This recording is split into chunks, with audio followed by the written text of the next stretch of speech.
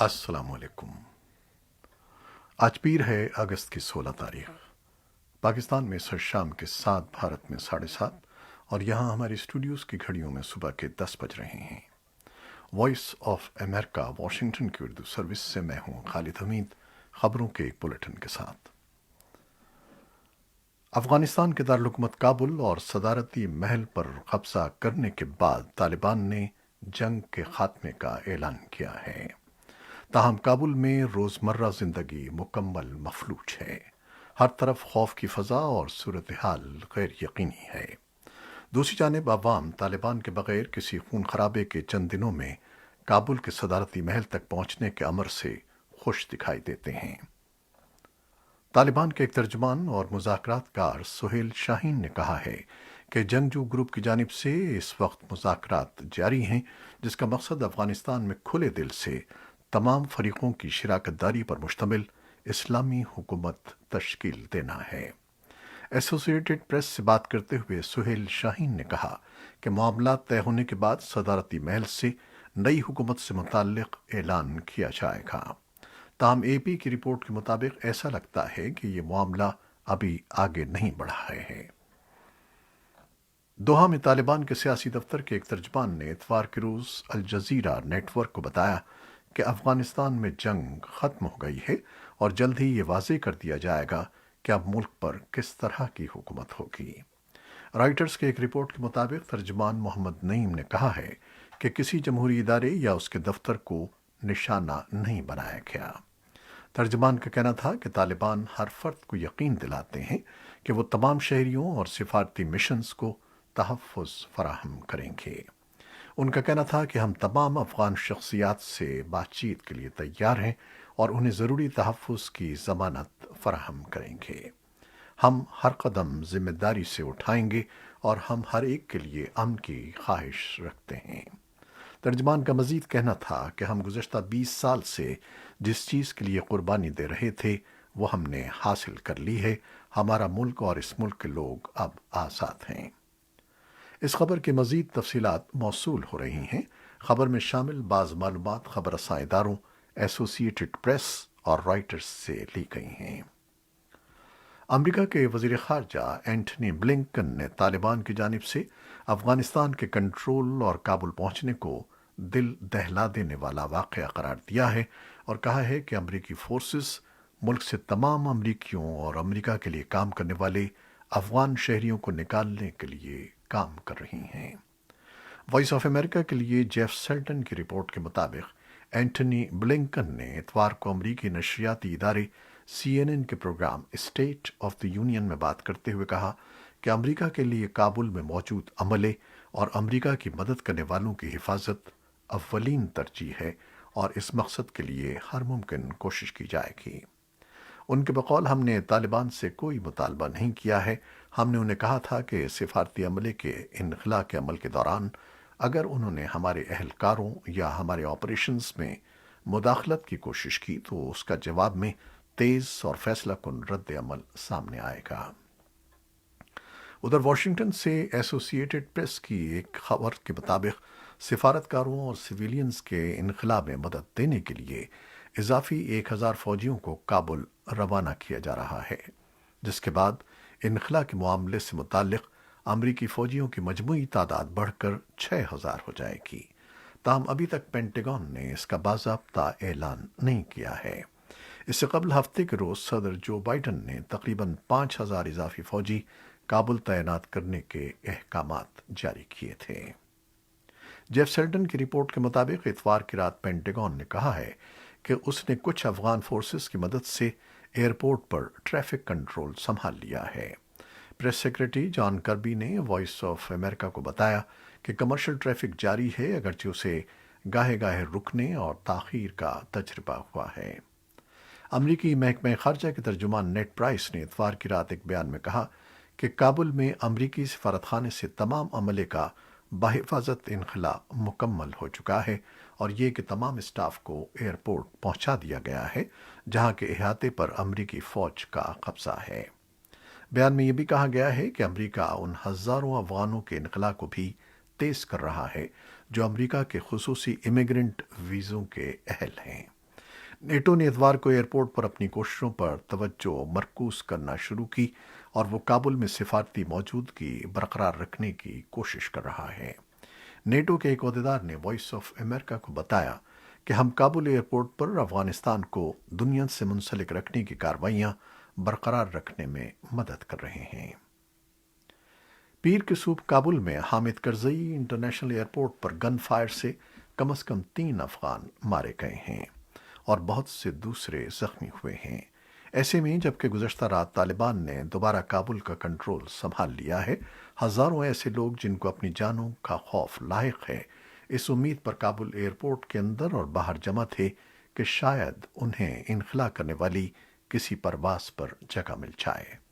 پیر کے روز Hamid Karzai airport authority کے ایک بیان میں کہا گیا ہے کہ ایئرپورٹ سے تمام کمرشل پروازیں معطل کر دی گئی ہیں، تاہم لوگوں کے انخلا کی کوششیں جن میں امریکی فورسز سہولت فراہم کر رہی ہیں جاری ہیں۔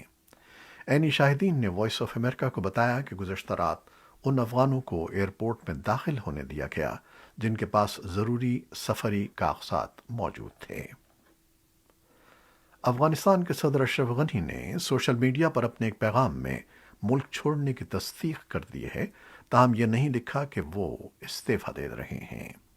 دوسری طرف ایسوسی ایٹڈ پریس کے مطابق اشرف غنی کے افغانستان چھوڑنے کا علم ان کے چند قریبی ساتھیوں کے سوا کسی کو نہیں تھا۔ ایسوسی ایٹڈ پریس نے اپنی رپورٹ میں لکھا ہے کہ افغان صدر نے اپنے گنتی کے چند ساتھیوں کے ساتھ اتنی خاموشی سے صدارتی محل چھوڑا کہ طالبان کے ساتھ انتقال اقتدار کے لیے مذاکرات میں مصروف ان کے سیاسی ساتھیوں کو بھی پتہ نہ چل سکا کہ وہ جلا وطنی اختیار کر رہے ہیں۔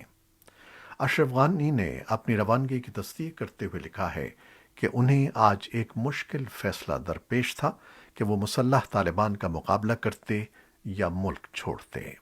ان کے پیغام کے مطابق اگر وہ ملک میں ٹھہرتے تو لاتعداد لوگ مارے جاتے، کابل تباہ ہو جاتا اور وہاں رہنے والوں کو ایک سانحے اور المیہ کا سامنا کرنا پڑتا۔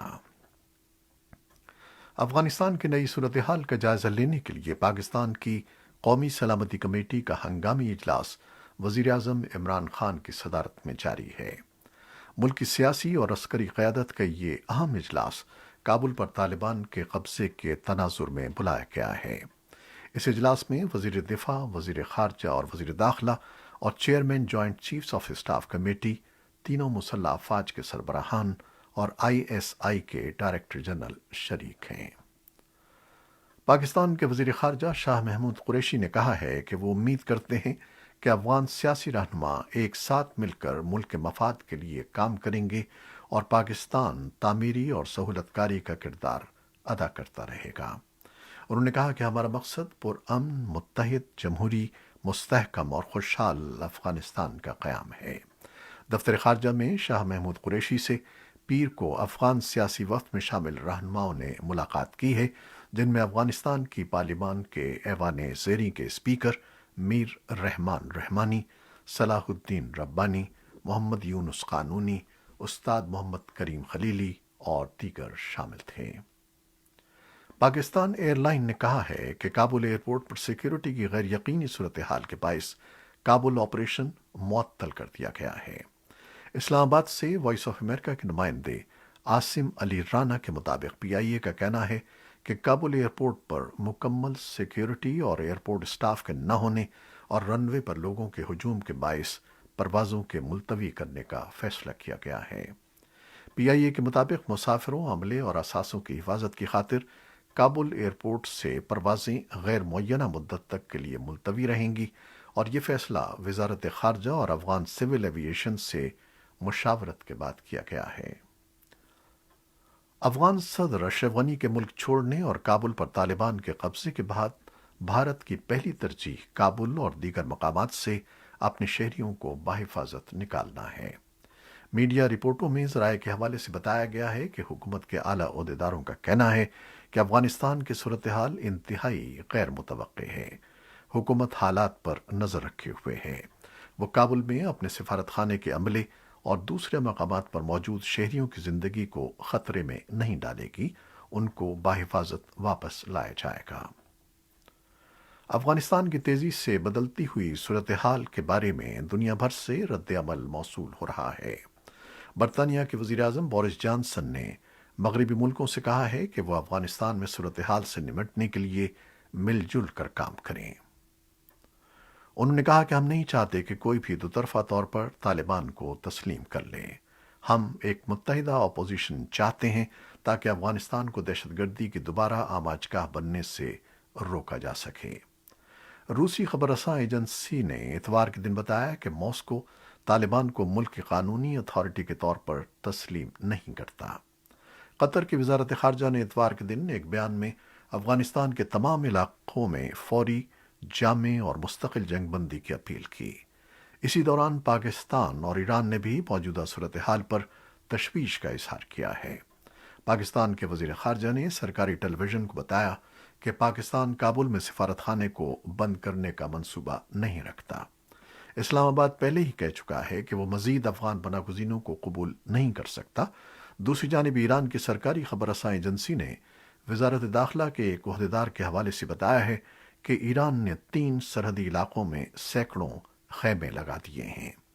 بہت سے ممالک جبکہ اپنے سفارت خانے کا انخلا کر رہے ہیں اور انہیں بند کر رہے ہیں، اقوام متحدہ نے کہا ہے کہ وہ اپنے اداروں کو کھلا رکھے گا۔ اسی دوران اقوام متحدہ کی سلامتی کونسل کا اجلاس افغانستان کی صورتحال پر تبادلہ خیال کے لیے آج ہونے والا ہے، جبکہ سیکرٹری جنرل نے طالبان اور دوسروں سے کہا ہے کہ وہ انتہائی تحمل کا مظاہرہ کریں۔ امریکہ، برطانیہ، آسٹریلیا، قطر اور نیوزی لینڈ سمیت 65 ملکوں نے مشترکہ اعلامیے میں مطالبہ کیا ہے کہ غیر ملکیوں اور ان افغان شہریوں کو محفوظ انداز میں ملک چھوڑنے کی اجازت دی جائے جو اپنی خوشی سے بیرون ملک جانا چاہتے ہیں۔ امریکی محکمہ خارجہ کی جانب سے اتوار کو جاری کردہ مشترکہ بیان میں کہا گیا ہے کہ افغانستان میں جو اقتدار میں ہیں اور جن کے پاس اختیار ہے، ان پر اس بات کی ذمہ داری عائد ہوتی ہے کہ وہ انسانی جانوں اور املاک کے تحفظ کو یقینی بنائیں اور وہی اس کا حساب بھی دیں گے۔ مشترکہ بیان میں افغانستان میں فوری طور پر سیکیورٹی اور امن و امان کی صورتحال کی بحالی کا مطالبہ کیا ہے۔ بیان میں کہا گیا ہے کہ عالمی برادری افغان عوام کی مدد کے لیے ان کے ساتھ کھڑی ہے۔ البانیہ اور کوسوو نے اتوار کے روز بتایا کہ انہوں نے امریکہ کی یہ درخواست قبول کر لی ہے جس میں امریکہ جانے کی خواہش رکھنے والے افغان مہاجرین کو عارضی طور پر اپنے ملک میں قیام کی اجازت دینے کے لیے کہا گیا تھا تاکہ اس دوران ان کے ویزوں کی پروسیسنگ مکمل ہو سکے۔ آسٹریلیا کے وزیر اعظم اسکاٹ موریسن نے کہا ہے کہ کابینہ کی قومی سلامتی کی کمیٹی افغانستان سے ملک کے انخلا کے منصوبوں اور کارروائیوں کے جائزے کے لیے پیر کو اجلاس کرے گی۔ بھارتی وزیر اعظم نریندر مودی نے معیشت کو فروغ دینے کے لیے جدید انفراسٹرکچر کی تعمیر پر $1.35 ٹریلین خرچ کرنے کے منصوبوں کا اعلان کیا ہے اور کہا ہے کہ ملک آب و ہوا کے اپنے اہداف کے حصول کے لیے صاف توانائی کے زیادہ استعمال کی طرف پیش رفت کرے گا۔ یہ اعلان ملک یوم آزادی کی تقریبات کے دوران اتوار کے روز قوم سے خطاب میں کیا گیا۔ امریکہ کے محکمہ ہوم لینڈ سیکیورٹی نے انتباہ جاری کیا ہے کہ 11 ستمبر کے حملوں کی 20ویں برسی اور اس کے بعد مذہبی تعطیلات کے دوران شدت پسند حملے کر سکتے ہیں۔ ہوم لینڈ سیکیورٹی نے national terrorism advisory system bulletin میں کسی مخصوص خطرے کی نشاندہی نہیں کی، البتہ اس میں کہا گیا ہے کہ نسلی منافرت اور وبا کے دوران پابندیوں کی وجہ سے انتہا پسندوں کے متحرک ہونے جیسی وجوہات امریکہ میں خطرے کو بڑھا رہی ہیں۔ ہوم لینڈ سیکیورٹی نے سرکاری، ریاستی اور مقامی حکام کو الرٹ جاری کر دیا ہے۔ اور اب کرونا وائرس سے متعلق کچھ خبریں۔ پاکستان میں کرونا وائرس کے مثبت کیسز کی شرح 7% سے کم ہو گئی ہے۔ سرکاری اعداد و شمار کے مطابق گزشتہ 24 گھنٹوں میں ملک میں 52,204 افراد کے کرونا ٹیسٹ کیے گئے ہیں، جن میں 3,711 میں وائرس کی تشخیص ہوئی۔ ملک میں کرونا مثبت کیسز کی شرح 6.8% رہی۔ ملک میں گزشتہ 24 گھنٹوں میں 67 کرونا مریض انتقال بھی کر گئے، جس کے بعد مجموعی اموات 24,406 ہو گئی ہیں۔ بھارت میں کرونا وائرس سے مزید 36,083 افراد متاثر ہوئے ہیں۔ بھارت کی وزارت صحت کے جاری کردہ عدد و شمار کے مطابق